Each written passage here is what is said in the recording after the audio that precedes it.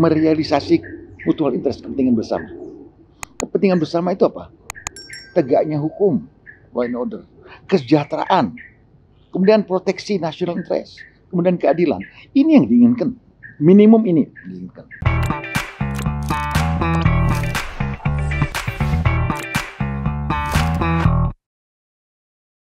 Sahabat Banten Podcast, suasana yang berbeda dalam bincang-bincang kali ini mungkin terasa juga bagi Anda.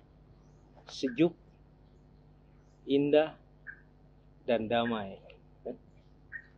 Jadi, walaupun dalam suasana yang begitu sejuk, kita akan bahas hal yang serius menyangkut negeri ini.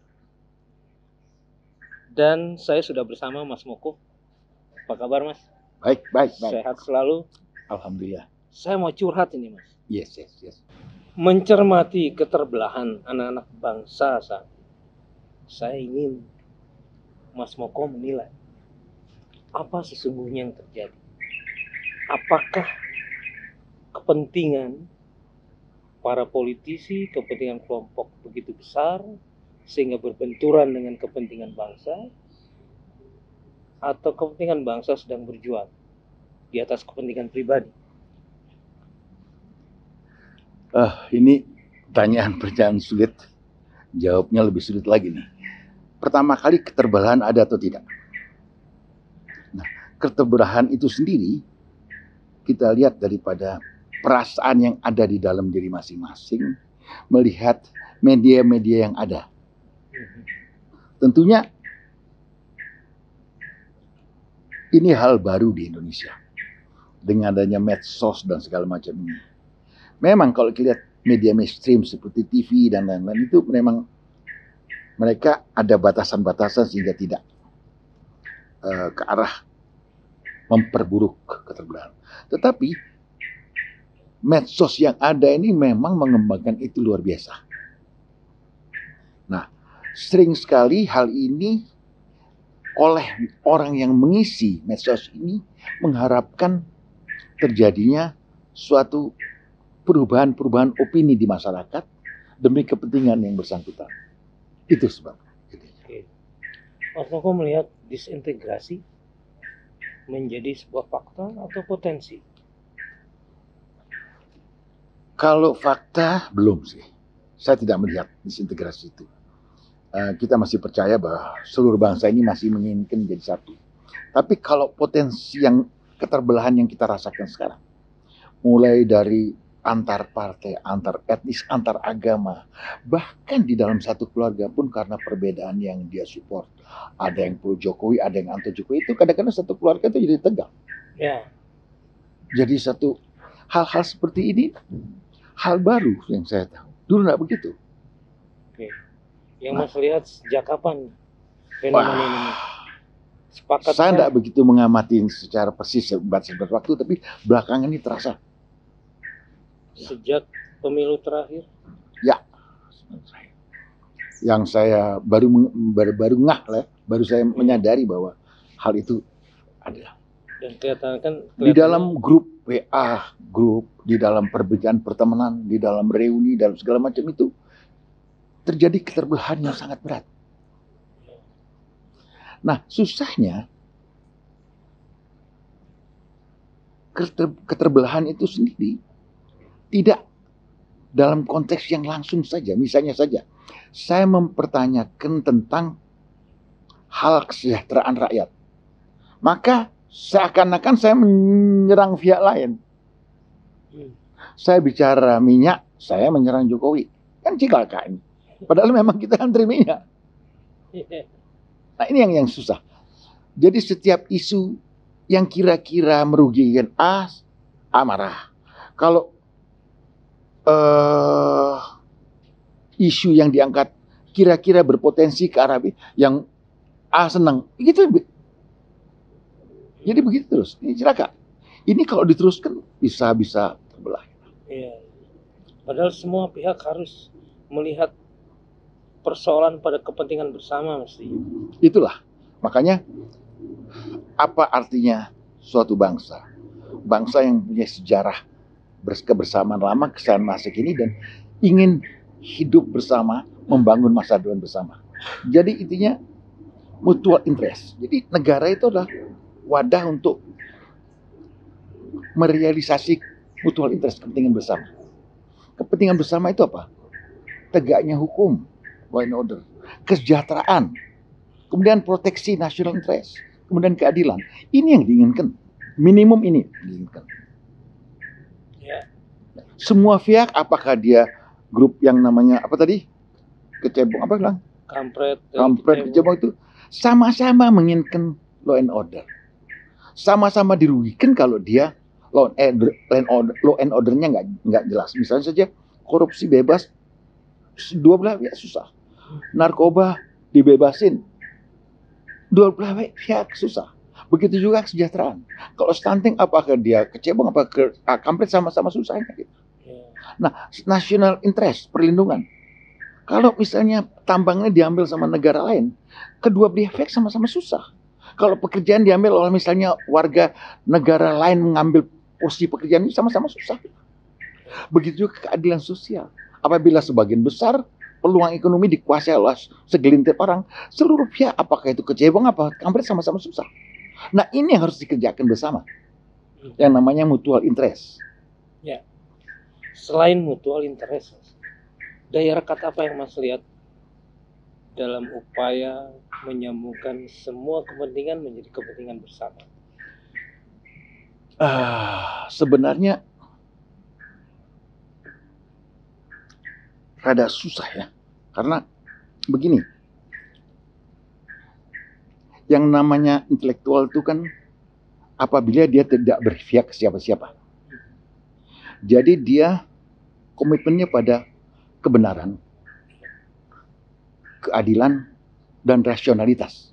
Itu orang intelektual. Kebenaran artinya la vérité, la raison, la justice. Jadi siapapun yang kena, apakah saya, via saya, atau via kamu, kalau kebenaran itu kau langgar, salah dia. Musuh atau lawan, kalau dia yang benar, kita harus ngelakuin benar. Itu yang namanya yang diperjuangkan oleh intelektual. Intelektual harus membawa masyarakat karena dia adalah orang yang diakui kepintarannya dan dia melihat dunia lebih cepat. Maka dia harus membawa bangsa ini, rakyat ini menuju ke kebenaran, keadilan, rasionalis itu. Maka akan tersisih keterbelahan itu karena mutual interest akan lebih terlihat. Saya rasa begitu. Ya. Itu jalan yang benar. Nah, Mas, ini kan sebetulnya membahas keterbelahan ini suatu bahasan yang aneh. Ketika kita lihat tidak ada satu organisasi pun di negeri ini yang berbeda secara ideologi. Ya. Semua memiliki ideologi yang sama, ideologi nasional, Pancasila. Jadi yang berbeda itu pasti nggak akan ada. Ya. Yang berbeda itu pasti disikat, kira-kira begitu. Ya, tapi kemudian kebersamaan ini tidak memberikan sebuah jalan yang sama untuk melihat persoalan dan solusi yang sama. Nah, apa yang Mas lihat dengan ideologi nasional? Ideologi itu adalah alasan kita berpikir untuk menuju yang kita cita-citakan. Misalnya kita punya visi tentang penyelenggaraan ekonomi, penyelenggaraan tata sosial, tata ekonomi, tata sosial, tata politik, segala macam. Kita punya visi yang sama, ideologi yang sama yang namanya Pancasila, maka kita akan bersama-sama menuju ke arah terbangunnya itu. Jadi harus ada applied ideologi. Kalau dia cuma virtual, bayang-bayang, ini susah menyatukan. Karena jadi interpretatif. Jadi kalau satu ide, ambil contoh. Bung Karno, Pancasila. Pak Harto, Pancasila. Terus bedanya apa? Ya. Terus sekarang Pancasila lebih asli. Ada yang kurang asli. Mestinya apply. Misalnya, apakah tata ekonomi, misalnya perbandingan gaji terendah sama di Indonesia, sekian ini Pancasila atau tidak? Ya. Misalnya, kepemilikan tanah di Indonesia 0,0 sekian persen menguasai 70% tanah. Apakah ini Pancasila atau tidak? Ukuran itu belum ada. Nah, ini mesti kita bicarakan. Nah, kalau mereka belum bisa membuat apply dari ideologi itu, maka susah kita mau bicara bersama. Dulu katamu apa kok? Iya, iya. Lalu kayak gitu apa ukurannya, Mas? Untuk melihat satu persoalan ini menjadi persoalan bersama atau persoalan nasional? Begini ya. Saya juga yang menentukan nanti adalah ketika peradaban sudah cukup diisi oleh budaya-budaya demokrasi, maka pikiran rakyat ini akan mengisi arah daripada penyelenggaraan negara. Seperti juga di negara-negara demokrasi. Sekarang tidak, belum diperlukan. Maka sekarang ini waktunya kaum intelektual itu betul-betul membawa rakyat untuk become rasional, komitmen pada kebenaran, komitmen pada keadilan. Itu mesti dia harus berbicara masalah adanya ketidakadilan. Dia mesti bicara masalah adanya ketidakbenaran. Mesti bicara tentang irasional. Kalau dia diam, rakyat nggak tahu. Yang Mas maksud kaum intelektual siapa, Mas? Kampus? Bukan. Kalau kampus, profesor, saya nggak tahu, itu namanya kredensial akademik. Karena dia mengikuti berapa angkanya, maka dia jadi S1, jadi S2, S3, setelah sekian tahun jadi profesor. Itu menunjukkan tentang performa dia di dalam akademik. Akademik itu belum tentu dengan intelektual. Intelektual itu adalah pengakuan publik atas diri seseorang yang intelijensinya bagus, yang dia komitmennya pada kebenaran, verity, komitmennya pada rasionalitas, dan kepentingannya pada justice, keadilan. Nah, itu dia tunjukkan, dan karena dia kepintarannya, maka dia melihat lebih awal tanda-tanda zaman. Makanya semakin lama semakin dibutuhkan intelektual, karena dia melihat lebih jernih tentang situasi di bangsa ini. Dia mesti ngomong, jangan diem. Dan kalau gambarannya lebih awal bisa mengidentifikasi persoalan bangsa, rasanya nggak akan ada di partai itu, Mas. Ya, setuju atau enggak? Ya susah ya kalau bikin partai ini sekarang kan susah sekali. Saya tidak begitu mendalami partai. Tapi yang jelas sekarang dia partai adalah satu-satunya yang secara konstitusi menentukan apa yang baik dan buruk untuk negeri ini. Dia yang satu-satunya duduk di dalam pemegang power untuk mengendalikan negara ini. Dia juga satu-satunya wadah untuk menjustify benar atau salahnya negara. Luar biasa. Tapi apakah di dalamnya diisi dengan orang-orang kualitas yang memadai untuk lakukan itu? Artinya bukan hanya kognitif, moral, dan segala macamnya. Kalau dia memang tidak, apabila orang-orang yang menentukan penyelenggaraan negara, masa depan bangsa ini, menjudge, mengcreate, dan melakukan penyelenggaraan negara itu, orang yang tidak mempunyai komitmen pada kebenaran, keadilan, dan rasionalitas, gimana kita? Iya. Apakah itu yang terjadi sekarang? Ya kita mesti hormati. Ya. Yang jelas banyak sekali ketua partai yang masuk penjara karena maling. Mulai Setia Novanto, P3 Surya, siapa namanya itu? Yang P3, semua kena. Tapi PKS yang paling partai yang kita lihat sebagai partai moralis yang masuk juga kasus daging Lutfi. Itulah yang menentukan nasib bangsa kita. Gimana? Dia menentukan nasibnya, benar atau salahnya presiden. Dia punya pengawasan, hak budget segala macam. Bagaimana? Ya, kalau Mas menilai pada wilayah eksekutif, makanya dibagi 3 itu adalah eksekutif, yudikatif, dan legislatif, karena adanya yang namanya perimbangan kekuasaan, jangan mutlak, kan begitu ya, Montesquieu bilang begitu. Nah, masalahnya bukan begitu. Yang sekarang ini ada yang mensinyalir bahwa kekuasaan terjadi kolaborasi di 3 ini. Mereka bukan 3 hal yang saling mengukur, mengimbangkan, tidak. Mereka bersama-sama secara kolektif, konspiratif untuk menikmati kekuasaannya. Ambil contoh ya, tentang undang-undang KPK. Dikeluarkan oleh DPR. Terus akhirnya kalau tidak puas menggunakan secara konstitusi ke MK, kan begitu? Ya. Dari legislatif, dari eksekutif, dari MK, dari semuanya pernah takut sama KPK kok. Dia berkepentingan secara mekanis tidak adanya kekuatannya KPK. Ya terang aja dia tolak. Masa lihat ketua KPK-nya ditangkap, Akil Muhtar kan? Kalau dia masih ada giginya, ya harus dibilangkan giginya. Itu faktanya. Ya. Nah, kembali keterbelahan. Mas melihat ini semakin menjadi fenomena yang menyeruak menjelang 2024. Saya lihat, ya serius ini masalah. Ini masalah serius. Masalah serius. Apalagi isu-isu yang timbul soal benar tidaknya saya nggak tahu. Sudah pada menunjukkan alasan-alasan untuk bermusuhan yang dalam.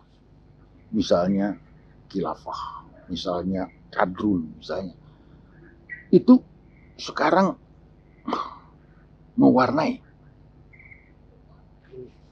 Begitu juga pihak-pihak yang ke arah Jokowi, menentang Jokowi.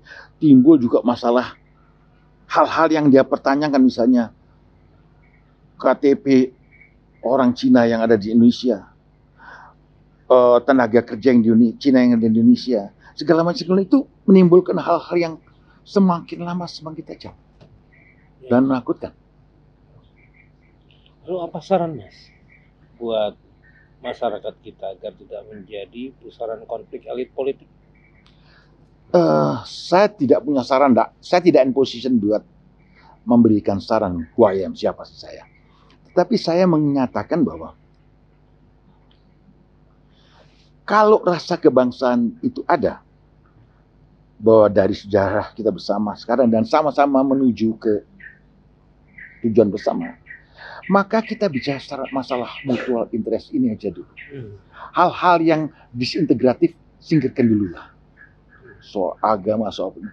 Karena musuh kita adalah, pertama adalah kesejahteraan. Masalah kita kedua adalah perlindungan nasional interest. Ketiga masalah tidak tegaknya hukum, masalah keadilan. Ini aja bicarakan, kita sama-sama melakukan. Oke. Kalau kita fokus pada masalah ini dengan pendekatan rasional, maka tidak ada lagi via kecebong, tidak ada lagi via kampret ya. Karena apa?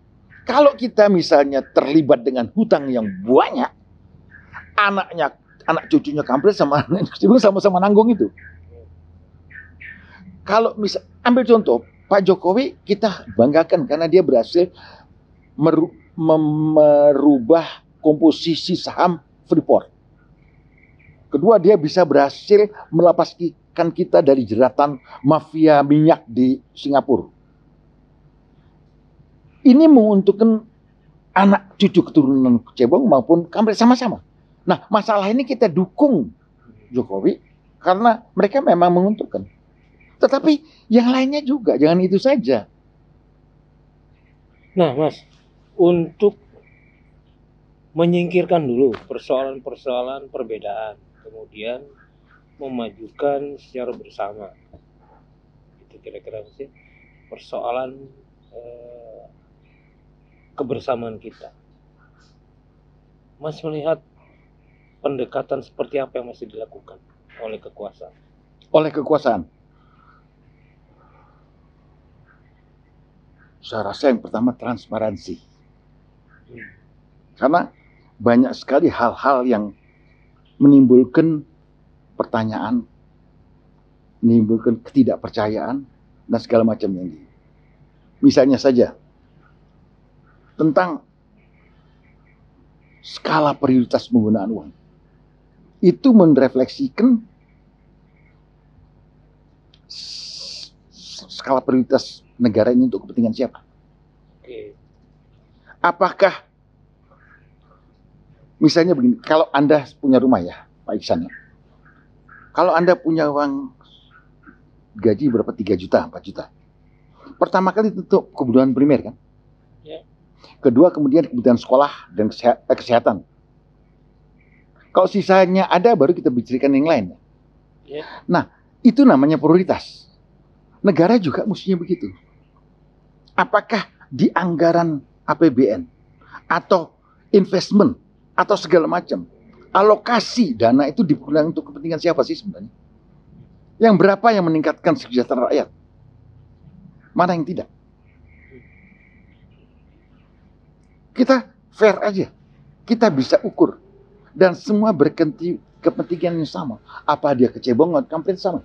Karena anak mereka, misalnya saja nanti kita terjerat hutang karena kita ternyata pinjaman itu tidak bisa mengcover utangnya. Yang nanggung itu sama anaknya, kampret anaknya. Nanti yang diambil kan dari untuk nyicilnya itu kan dari uang anggaran untuk sekolah, anggaran untuk kesejahteraan itu diambil untuk jadi bayar utang. Kayak sekarang berapa kita bayar utang? Marilah kita bicara transparan aja. Ya. Dari sisi transparansi. Ya. Oke. Kalau dari sisi yang lain masih melihat, misalkan bagaimana dari sisi moralitas? Kalau sisi moralitas di dalam penyelenggaraan artinya benar dan salah.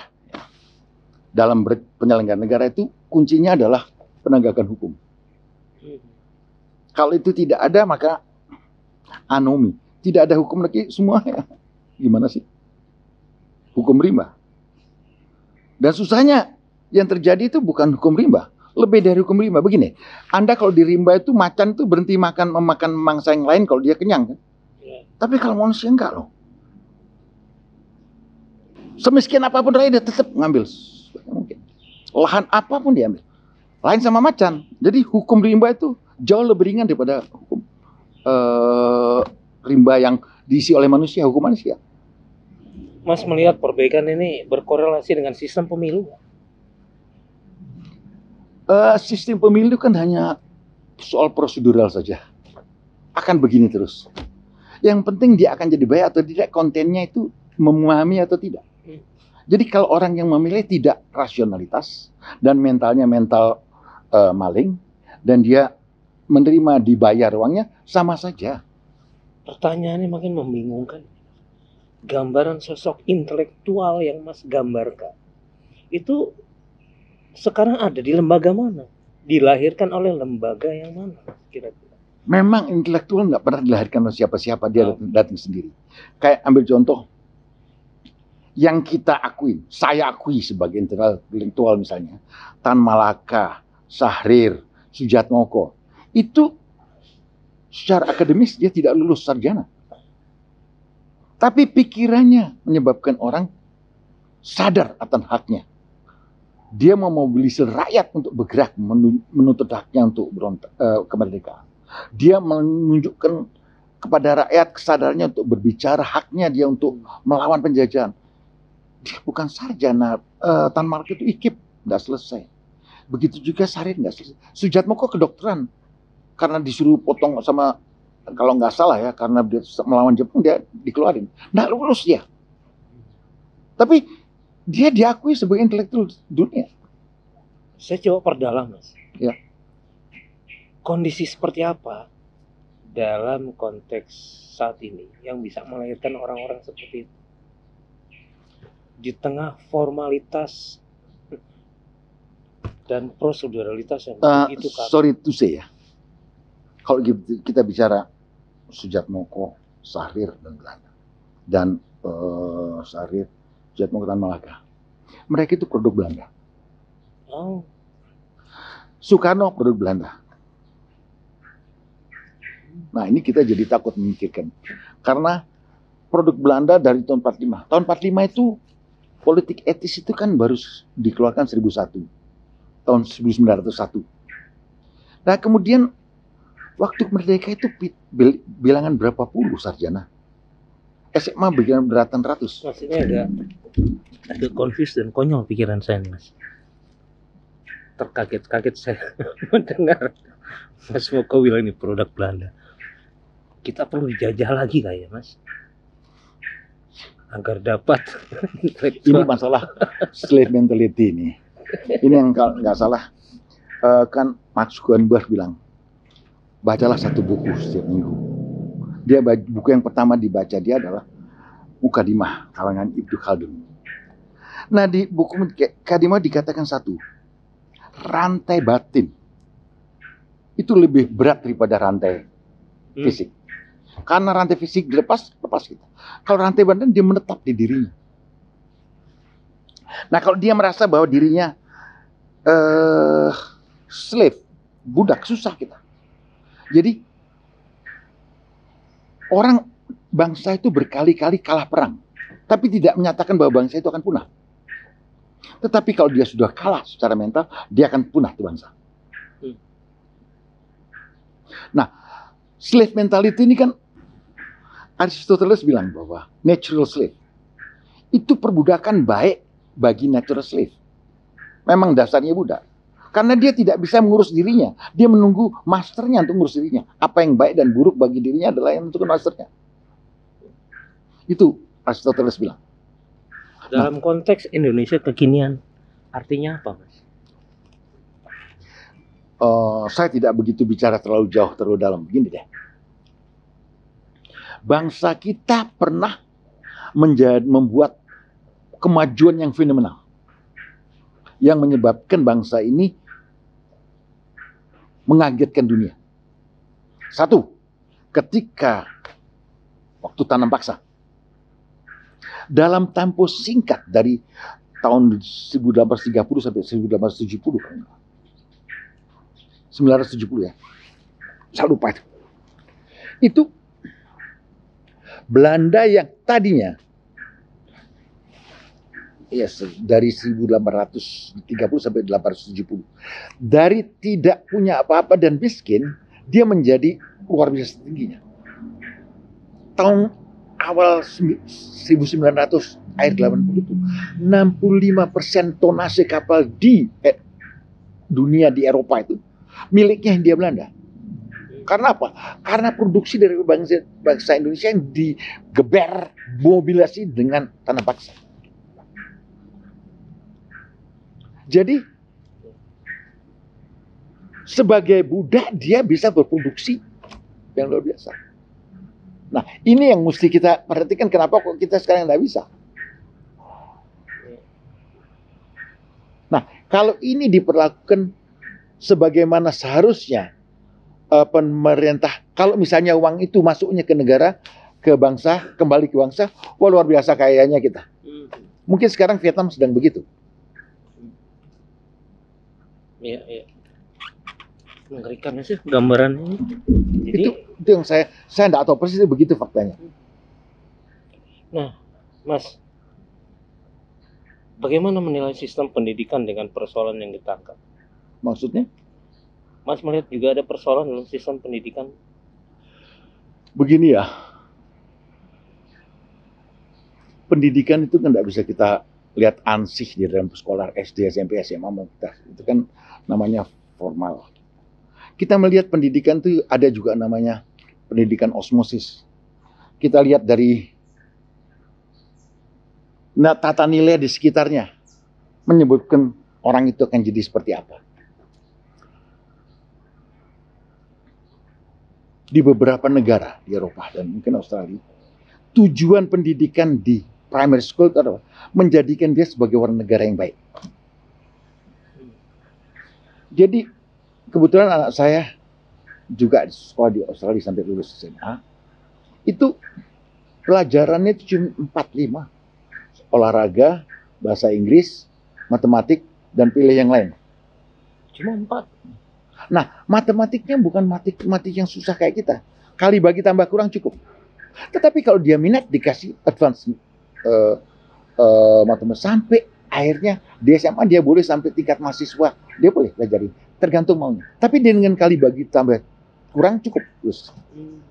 Tapi apa yang di dalam masalah bahasa Inggris, di situ di dalam tata nilai benar atau tidak. Karakter manusia dibangun. Ambil contoh, anak saya waktu datang terus dia belajar, malam itu dia pulang dari Melbourne terus dia marah-marah. Dia mesti belajar tentang Hellenic filsafat Yunani. Susah sekali. Dan dia panik karena dia harus membacakan itu di depannya sidang guru-guru. Itu kelas 11. Kelas 11 itu kelas 2 SMA. Jadi dia bisa membedakan filsafat-filsafat. Oke, terakhir. Bagaimana membangun optimisme? Kedua, belum selesai. Yang penting apa?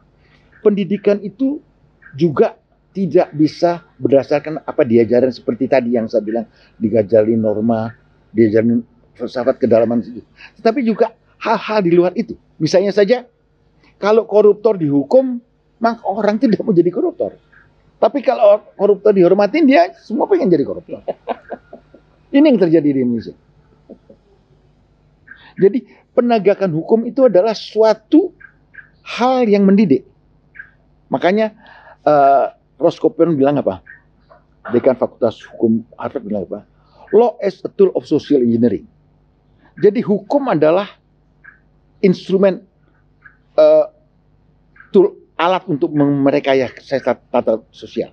Jadi baik buruk atau tidak itu harus ditata. Kalau orang salah harus dihukum sehingga orang itu tidak berani melakukan hal sama. Paling tidak dirinya lebih baik. Ada yang namanya general deterrence, ada personal deterrence.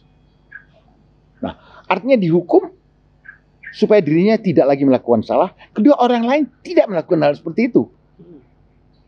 Nah, di dalam teorinya, kalau mau merubah menjadi lebih baik, maka antara the existing norma yang sekarang dibandingkan norma yang dicita-citakan, kalau dia semakin jauh, maka hukum harus lebih keras. Nah, kalau rakyat yang ngelawan, harus lebih keras lagi. Makanya Zhou Rongxi bilang, kita potong leher 100, kasih peti mati, segala macam. Ya itu pendidikan. Bukan hanya verbal di sekolah SD, SMP, SMA, enggak. Dia lulus sekolah SMA, dia tahu bahwa ayahnya sebelahnya itu kerjanya maling. Naik pesawat pribadi kemana-mana. Itulah kalian. Mas, terakhir ya, Mas. Ya. Mas Moko melihat optimisme dalam persoalan ini? Optimisme itu harus ada ya. Tetapi 76, itu berapa tahun kita merdeka? 70? Sekarang 77 tahun. Dari kita punya segalanya, hutan habis, minyak habis, lahan habis, dan dari waktu kita pertuan pertama, dengan tadinya budak Belanda, kita menjadi tuan sendiri, turun lagi, akhirnya jadi eksportir pembantu TKI, TKW yang terbesar di dunia. Tidak ada negara yang menjadi pengekspor seperti Indonesia mengekspor TKI, TKW. Ada yang bilang itu baru jongos, saya nggak tega ngomong. Kita adalah pengekspor terbesar di dunia. Susahnya, pemerintah kita mengatakan dia pahlawan devisa karena dia menghasilkan devisa tertinggi kedua. Terus apa artinya kemerdekaan ini? Mudah-mudahan mereka yang di luar itu tahu membedakan nilai yang baik buruk dalam hak-hak kemanusiaan manusia.